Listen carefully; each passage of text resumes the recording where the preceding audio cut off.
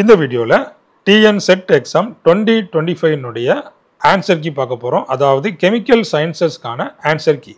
அதுவும் இந்த ஆர்கானிக் கெமிஸ்ட்ரியிலேருந்து ஒரு முக்கியமான கொஸ்டின் கேட்டுக்கிறாங்க. ஸோ அந்த கொஸ்டினுக்கான ஆன்சர் கீ வித் எக்ஸ்பிளனேஷனோட பார்க்க போகிறோம். இப்போ தான் என்னுடைய சேனலுக்கு நீங்கள் புதுசுனா என்னுடைய சேனலை சப்ஸ்கிரைப் பண்ணிவிடுங்க. டிஆர்பி சம்மந்தமான எல்லா நியூஸும் உங்களுக்கு உடனுக்குடன் வந்து சேரும்.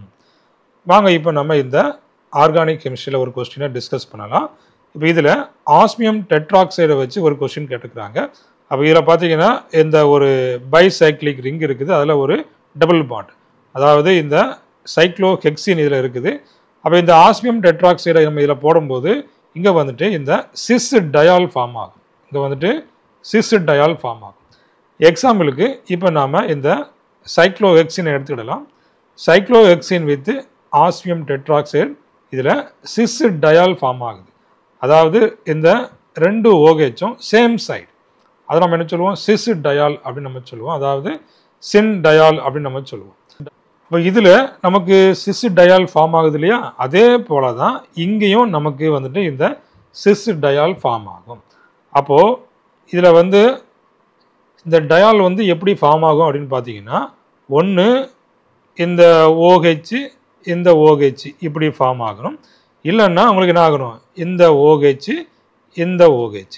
ஸோ இதுதான் ரெண்டு ஆப்ஷன் இல்லையா, ரெண்டுமே சேம் சைடு தான் ரெண்டுமே. அதாவது எப்படி நமக்கு ஃபார்ம் ஆகும் அப்படின்னு பார்த்தீங்கன்னா, ஒன்று கீழே கீழே இல்லைன்னா மேலே மேலே. அதுதான் என்ன அப்படின்னு பார்த்தீங்கன்னா, இது வந்து சிஸ் டயால் நமக்கு கிடைக்கும். சரி, இப்போ இந்த ரெண்டு ப்ராடக்டில், அதாவது நம்ம பார்த்தோம் இல்லையா, ரெண்டு OH நமக்கு கிடைச்சிது. அதாவது இப்போ நான் இதில் ஒரு OH போடுறேன்னா, இதில் ஒரு OH போடுறேன்.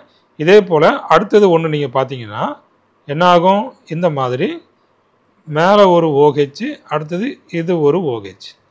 அப்போ இந்த ரெண்டில் எது பாசிபிலிட்டி அப்படின்னு பார்த்தீங்கன்னா, இந்த ஃபஸ்ட்டு ஒன்று தான் பாசிபிலிட்டி. ஏன் ஃபஸ்ட் ஒன் பாசிபிலிட்டி, இந்த ஆஸ்மியம் டெட்ராக்சைடு வந்துட்டு இந்த இந்த இது ஒரு பல்கி குரூப். அப்போ இந்த ஆஸ்மியம் டெட்ராக்சைடு என்ன செய்யாது, இங்கே மேலே இருந்து வராது.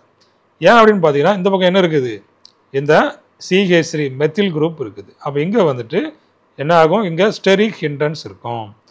அப்போ இங்கே வந்து ஸ்டெரிக் ஹிண்டன்ஸ், அப்போ இந்த ஆஸ்மியம் டெட்ராக்சைடு எங்கேருந்து வரும், கீழே இருந்து வரும் இல்லையா. இப்போ அதுக்கான அந்த மெக்கானிசத்தை பாருங்கள்.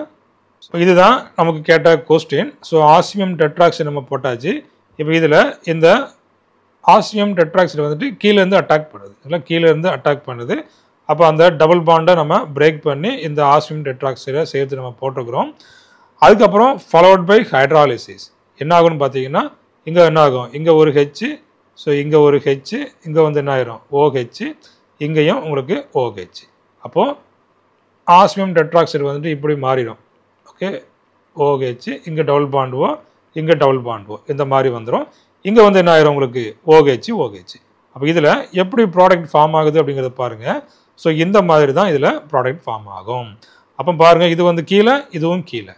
சிம்பிளாக நீங்கள் வந்து இதை மைண்டில் வைக்கணும்னா கீழே கீழே மேலே மேலே. அப்போ கீழே கீழேனா சேம் சைடு, மேலே மேலேனாலும் சேம் சைடு. அப்போ அப்படியே கீழே மேலேனா ஆப்போசிட் சைடு இல்லையா. அப்போ இதுதான் இந்த சிஸ் டயால் ஃபார்மேஷனுக்கான ஸ்ட்ரக்சர். அப்போ இந்த cyclohexene with osmium tetroxide followed by hydrolysis நமக்கு இந்த சிஸ் டயால் ஃபார்ம் ஆகும். அப்போ இது ஓகே. இப்போ இது வந்துட்டு சிஸ் டயால். அதுவும் வந்து என்னென்னு பார்த்தீங்கன்னா, இந்த லெஸ் ஹிண்டட் சைடில் போய் அட்டாக் பண்ணியிருக்குது. லெஸ் ஹிண்டட் சைடில் போயிட்டு இந்த ஆஸ்மியம் டெட்ராக்சைடு அட்டாக் பண்ணியிருக்குது டபுள் பாண்டை, நமக்கு இந்த சிஸ் டயால் கிடைச்சாச்சு. இப்போ இதே போல் என்னன்னு பார்த்தீங்கன்னா, இந்த OH இருக்கு இல்லையா, அதாவது இந்த OH ஓகே, அதாவது இந்த ஸ்டெரிக் ஹிண்டன்ஸ் சைடு இந்த ரெண்டு OHம் ஃபார்ம் ஆகிறதுக்கு வாய்ப்பு இருக்குது. எப்போ அப்படின்னு பார்த்தீங்கன்னா, இந்த உட்வேர்டு ஹைட்ராக்சிலேஷன் பாருங்கள். உட்வேர்டு ஹைட்ராக்சிலேஷனில் இந்த மாதிரி ப்ராடக்ட்டு வர்றதுக்கு வாய்ப்பு இருக்குது சரிங்களா. அப்போ இந்த லெஸ் ஹிண்டட் ஃபஸ்ட்டு என்னாகும் அப்படின்னு பார்த்தீங்கன்னா, அங்கே வந்துட்டு இந்த அயோடின், அதுக்கப்புறமா இந்த சில்வர் அசிட்டேட் இதில் யூஸ் பண்ணுவோம் இல்லை. அயோடின் வித்து எனது இந்த சில்வர் அசிட்டேட், அதாவது CH3COOAG யூஸ் பண்ணுவோம். அப்போ அந்த டபுள் பாண்ட் இருக்கும் இல்லையா, அந்த டபுள் பாண்டு இப்போ ஃபஸ்ட்டு எங்கே கீழே வந்து என்ன செய்யும், இந்த அயோடினில் இந்த 3 மெம்பர்ட் ரிங்கு ஃபார்ம் ஆகும். அதுக்கப்புறம் இந்த அசிட்டேட் இருக்கு இல்லையா, CH3 COO மைனஸ், இந்த அசிட்டேட் இங்கே வந்து அட்டாக் பண்ணோம்.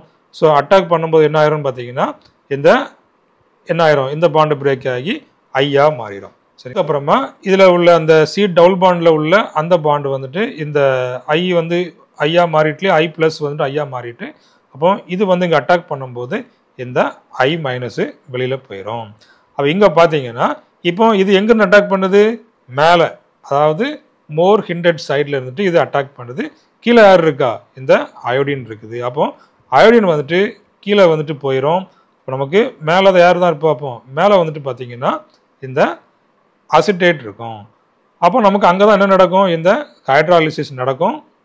ஹைட்ராலிசிஸ் நடந்து அந்த 2 OHமே மேலே தான் இருக்கும். சரிங்களா, அதாவது ஒன்று வந்து ஆக்சியல், இன்னொன்று வந்துட்டு ஈக்வட்டோரியல். ஸோ அந்த பொசிஷனில் இருக்கும். ஸோ இந்த மாதிரி உட்வர்ட் ஹைட்ராக்சிலேஷனில் இந்த ஸ்டெரிக் ஹிண்டட் சைடு வந்துட்டு 2 OHமே அங்கே ஃபார்ம் ஆகும்.